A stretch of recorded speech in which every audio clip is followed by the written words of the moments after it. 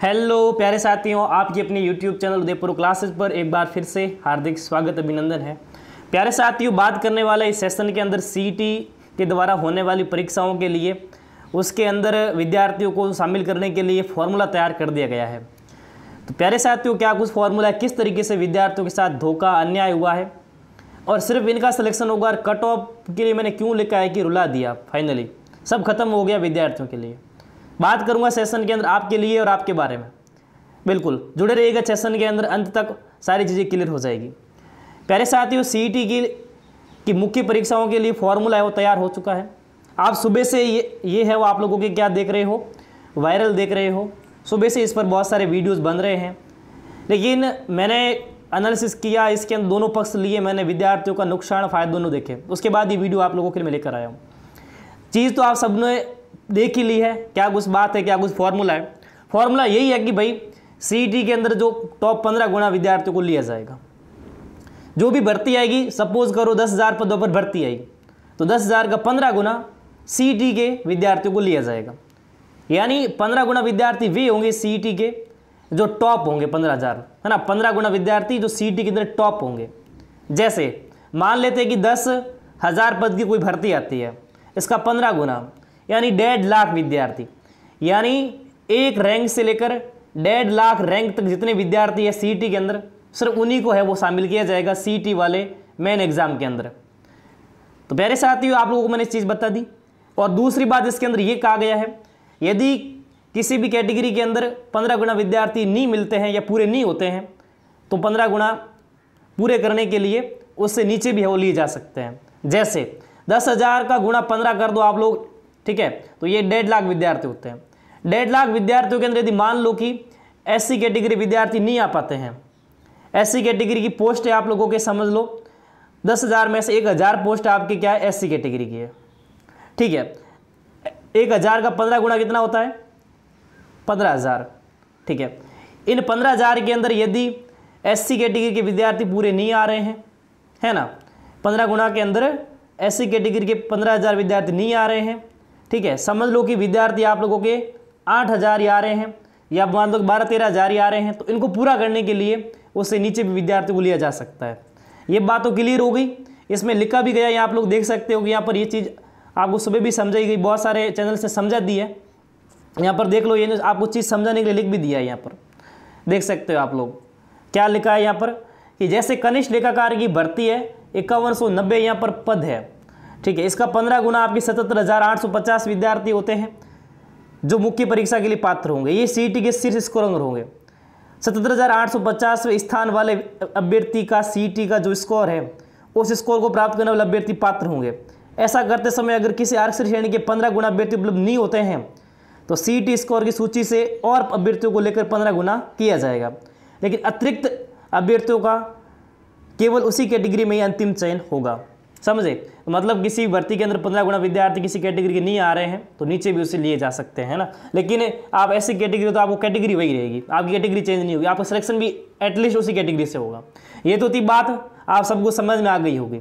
अब बात करते हैं कि विद्यार्थियों को नुकसान क्या है, ठीक है। आपको नीचे अगली स्लाइड के अंदर बताता हूँ। यही वीडियो का मेन पार्ट, इसी के लिए मैंने वीडियो बनाया है। समझ लेते हैं कि मान लेते हैं कि सबसे बड़ी भर्ती है, उसके अंदर पद है आप लोगों के, ठीक है। सपोज करो कि सबसे बड़ी भर्ती है, 12वीं लेवल की बात करते हैं सीईटी की, सबसे बड़ी भर्ती है एलडीसी की, ठीक है। सबसे बड़ी भर्ती एलडीसी की माना जा रहा है कि 15,000 पद आएंगे, ठीक है, 15,000 पद आएंगे, ठीक है। उसका गुणा कर लेते हैं 15, ठीक है, तो लगभग ये आप लोगों के 2,25,000 हो जाते हैं, ठीक है, 2,25,000 हो जाते हैं। तो प्यारे साथियों, यही 2,25,000 विद्यार्थी एलडीसी का एग्जाम देंगे, ठीक है।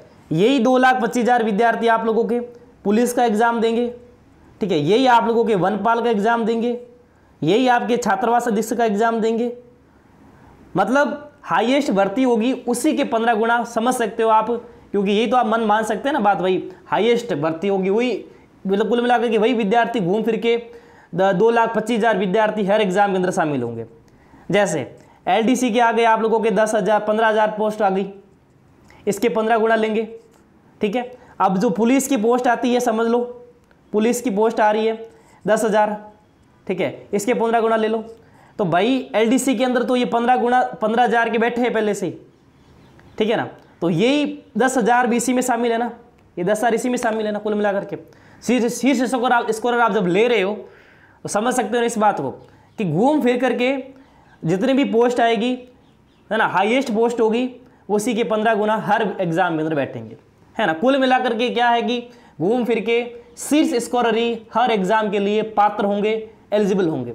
इससे नुकसान क्या होना है, इससे नुकसान ये होना है कि जो थोड़े नंबर कम आ रहे हैं जिनके, सपोज करो कि अब कट ऑफ बहुत हाई चली जाएगी। कट ऑफ कैसे हाई चली जाएगी, आप सपोज कर सकते हो कि सीईटी का पेपर 300 नंबर का था, उसका 180 प्लस वाले सिर्फ यहाँ पर क्या कर सकते हैं, योग्य हो सकते हैं।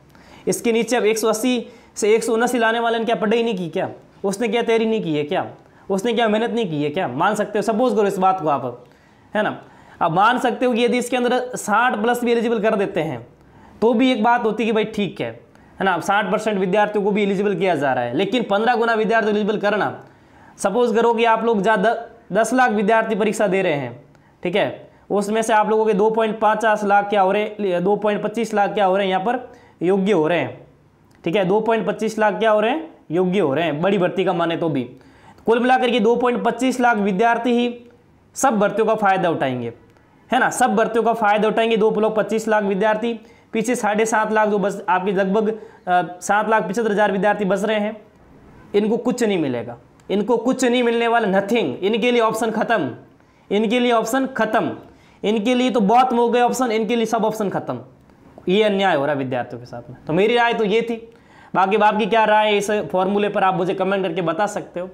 अब मतलब कुल मिलाकर के जो बड़ी बड़ी कोचिंग संस्थान है उनको विद्यार्थियों का साथ देना चाहिए, उसकी जगह वो क्या कर रहे हैं, वो कह रहे हैं कि सीईटी बार वाली भर्ती पर तैयारी करो, सीईटी की बार वाली भर्तियों की तैयारी करो। ये वीडियो डाले जा रहे हैं, इस बात से समझ सकते हो कि उनको बस अपना काम चलाना है ना, अपना क्या है कोर्स सेल करवाना है। आपके साथ में कोई नहीं है ना, नथिंग, कोई आपके साथ में नहीं है।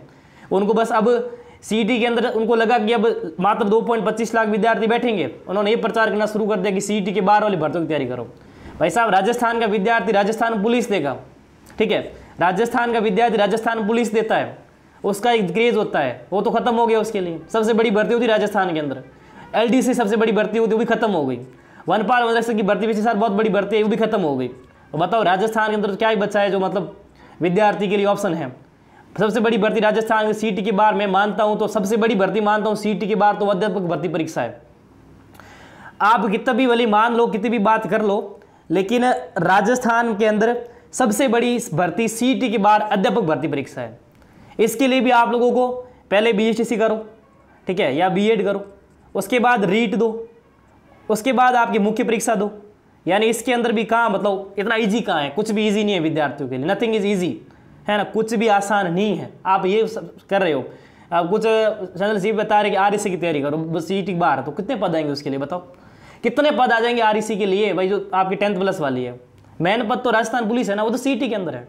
तो कुल मिलाकर के अपना व्यापार चलाना है, विद्यार्थियों के साथ में कोई नहीं है। मेरा ये राय थी, निजी राय थी, आपकी क्या राय आप इस बता सकते हैं, मुझे कमेंट कर सकते हो। बाकी जो भी है अब ये है, कुल मिलाकर के कट ऑफ बहुत ज़्यादा रहने वाली है। सोच समझ के किसी भी कोचिंग का कोर्स परचेज करना, क्योंकि जब तक 15 गुना के लिए आपकी लिस्ट नहीं निकलेगी तब तक बहुत सारे भ्रमित करने के लिए आपको आएंगे, हमारा कोर्स लो, वो कोर्स लो, लेकिन आप 15 गुना के अंदर बाद में आओ नहीं और तैयारी करने बैठ जाओ तो क्या मतलब रहेगा। तो सोच समझ के कोर्स लेना। कट ऑफ बहुत ज़्यादा रहने वाली है, हो सकता है कि 190-200 प्लस वाले ही 15 गुना के अंदर शामिल हो, बाकी सब नीचे वाले आप नीचे रह जाए। ये मेरे पर्सनल विचार थे। सोच समझ के कोर्स लेना, क्योंकि जब तक 15 गुना की लिस्ट जारी ना हो तब तक कोर्स लेने का कोई मतलब नहीं है ना। चलिए, तो ये मेरे निजी विचार थे, बाकी आप लोग मुझे कमेंट करके बता सकते हो आपकी इस राय इस टॉपिक पर। मिलता हूँ अगले सेशन के अंदर, तब तक पढ़ते रहो, मस्त रहो, खुश रहो। जय हिंद, जय भारत।